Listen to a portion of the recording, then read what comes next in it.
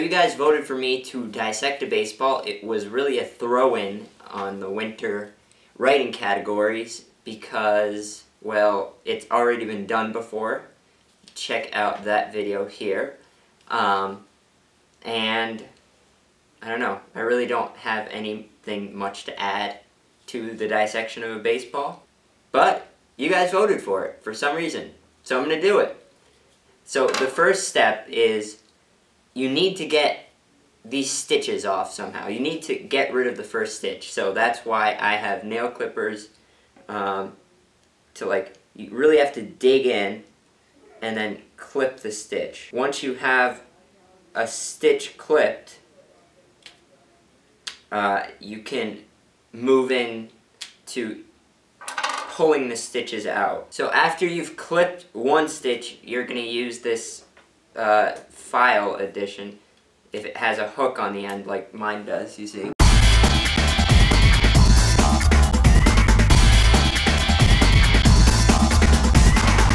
I actually don't recommend a nail file on the end of the clipper. I would actually recommend an awl. If you don't know what that is, picture here.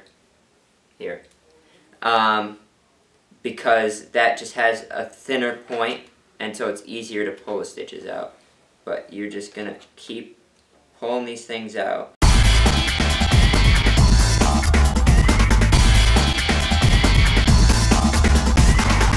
If you're wondering, this baseball is actually from a Twins-Royals game, the game that I caught my first home run. It was tossed to me by Jeff Francoeur, just as I got into the gates. And if you're wondering, he did not give it to me in this condition. I've actually used this for batting practice while I've been here at Minnesota because, well, I didn't bring any batting practice baseballs, and I can't imagine me paying for baseballs. So I picked out the dirtiest ones, and that's one of these. So I have no qualms in dissecting it.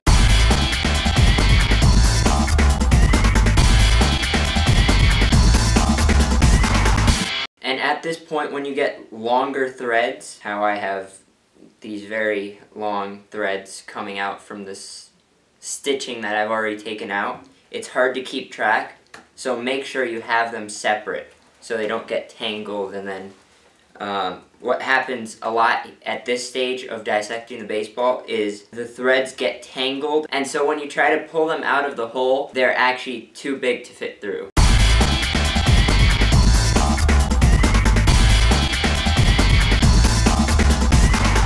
If you get to this point where you can pull up one side of the baseball, so just stop using the tweezers because it takes a lot more time.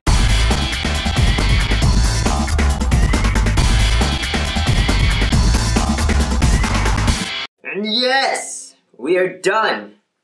Cover to cover, I have dissected a baseball. I know that saying's usually used for like reading a book, but I have done something with a baseball cover to cover. And so here we have the strings, and we have the two figure-8 covers of a baseball. There's a mold in the Rawlings factory where they just press it on the leather, and so it cuts out in this shape. I don't know if you can see this, probably not, but there's like a yellow to orange color tint to this cover on the inside, and that's actually the adhesive. So what it looks like right here is just someone rolled the adhesive down on the baseball. What the purpose of it is you put the adhesive on the cover, you put it on this part, and it makes it stick. So when the Rawlings factory workers are trying to stitch the baseball, it's not rolling all over the place. On this cover, you may have noticed there is the 6-character code, and Rawlings doesn't disclose exactly what this is, but the general idea is probably if there's a systematic problem spotted in a single baseball, they can look at this code. So now we've gotten to this outer layer of the baseball, the polycotton thread. This can be used. So, as you can see, this polycotton thread can be used in many ways. One being the most obvious is that it is part of the outermost layer of the Major League Baseball. But did you know that it can actually be used as a string of a bow? So if you're stranded in the wilderness, you can use it to hunt cardinals, bear cubs, or even if you're wandering in the woods and you come across a brave or even an evil pirate, you can use it to defend yourself. So no, Jonathan, no, bad. Yeah, my video. Go do your homework or something. You do have homework, right? Yeah. Interns. Especially ones that are Eagle Scouts. Those have the egos. So as I was saying, we're now at this polycotton thread level, which is the outermost layer of the baseball. And so now we're just going to unravel. This is the longest layer, so it should take a while. You just have to find the end, which in this baseball was pretty easy to find. And so now we're going to just unravel it, which I'll speed up for your, well, not death of boredom.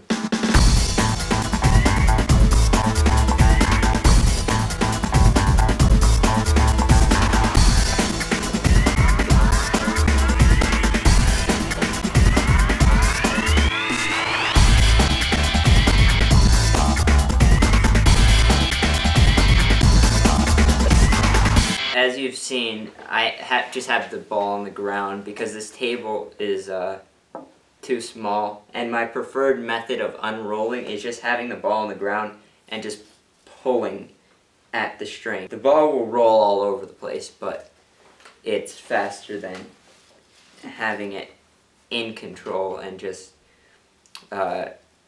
rolling it in your hand like you saw me doing earlier. And actually, let's do a status report. This much gone, pretty much all of this to go. Because even though the bottom layers are thicker, this is by far, pretty much by far, the longest layer. And just drop this on the ground and roll with it. In an ideal scenario, you'll have 4 things on the ground that can prevent the ball from rolling out of your reach, because the direction that it rolls in is completely unpredictable because it depends on how the string was rolled, which is not in a straight line. It's just all over the place. And so you want to have 4 objects on the ground that stop the ball from rolling past them.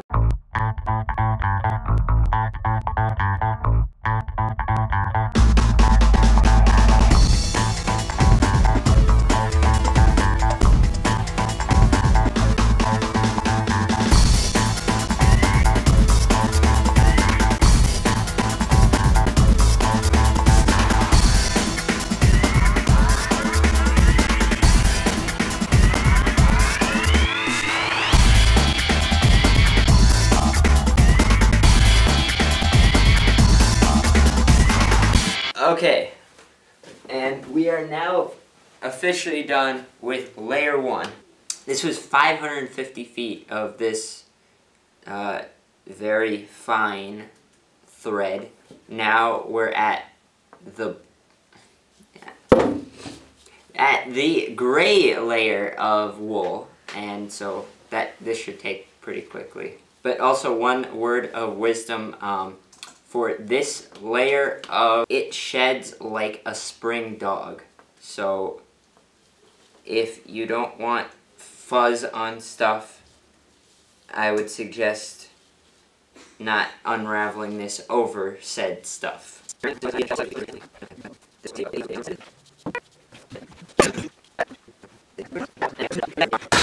2011, I tried to actually use this as a glove trick string.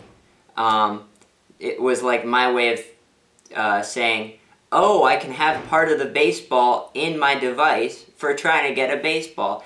But no, don't use this. It breaks very easily, and I almost lost my glove because I tried to use this as my glove trick string. And now we're on to, I guess, tan-ish layer of wool yarn, which will go very fast. This looks like it's being sped up way more than it actually is. Because, well, I think it is. I haven't actually edited it. So I might just go super slow-mo right here. No, probably not. Why am I even talking? I'm probably going to speed this part up.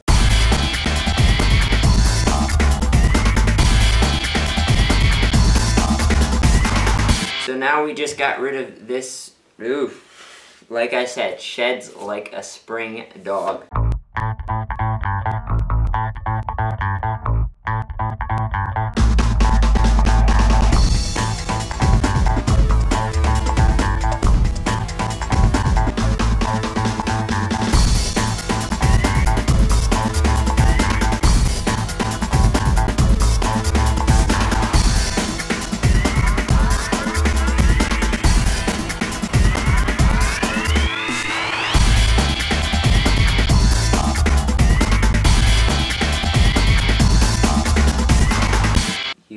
Getting sleepy.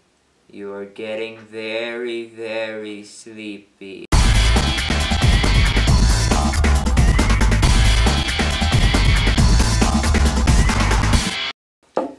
And so we finished the third and final layer of string, which actually looks bigger than either of these two layers, the first two layers.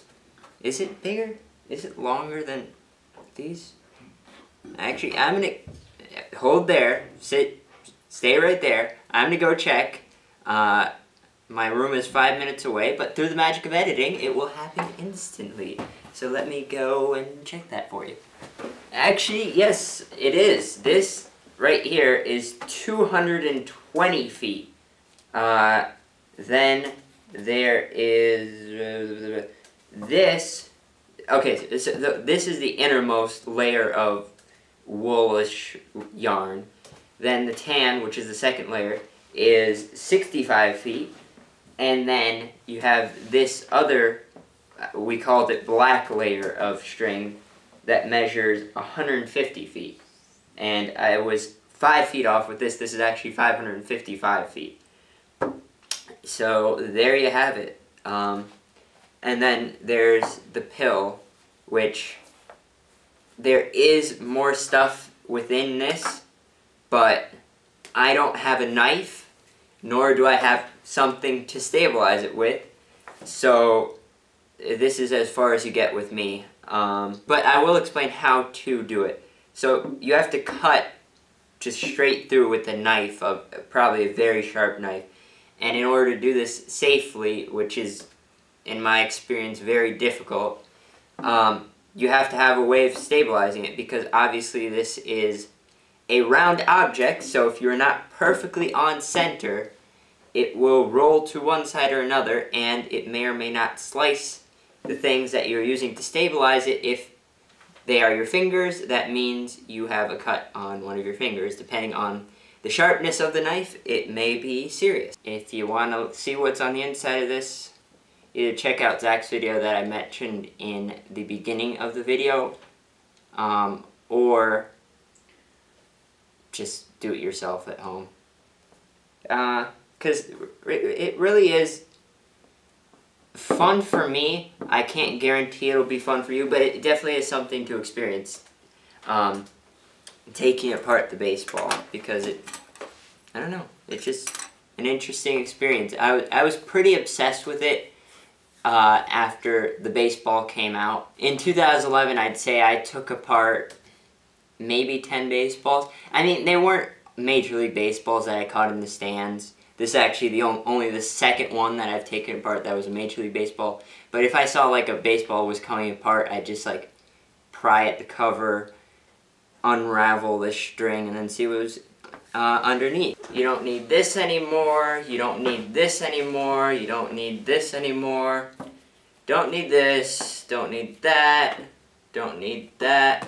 That was way bouncier than I thought it would be. Now I'll move on to this baseball, and for the sake of time, I'll just take it apart and then show you the end result. So I took apart the baseball, and you have the cover right here. And then underneath the cover, you have actually two different layers of white thread. They may look the same, but it's thicker than the Major League thread, but it's also stronger. This is about the same thickness as the Major League thread, but in unwinding it, you'll realize that it's a lot weaker by the number of times that it will break when you are trying to unwind it. It is really feeble, at least in all the baseballs that I've come across. Maybe it's just that they're bad condition baseballs, but it breaks a lot when you're trying to unwind it, which is really annoying. So this type of core is common in lower level baseballs, but what you also have sometimes is a bigger core that is actually a smooth surface. You'll just have a white layer of string and a smoother baseball, or a smoother core. It's to cut down on the cost of thread, which is obviously a great cost in making a baseball. So that's it. Those are 2 baseball deconstructions, if you will. And, yeah.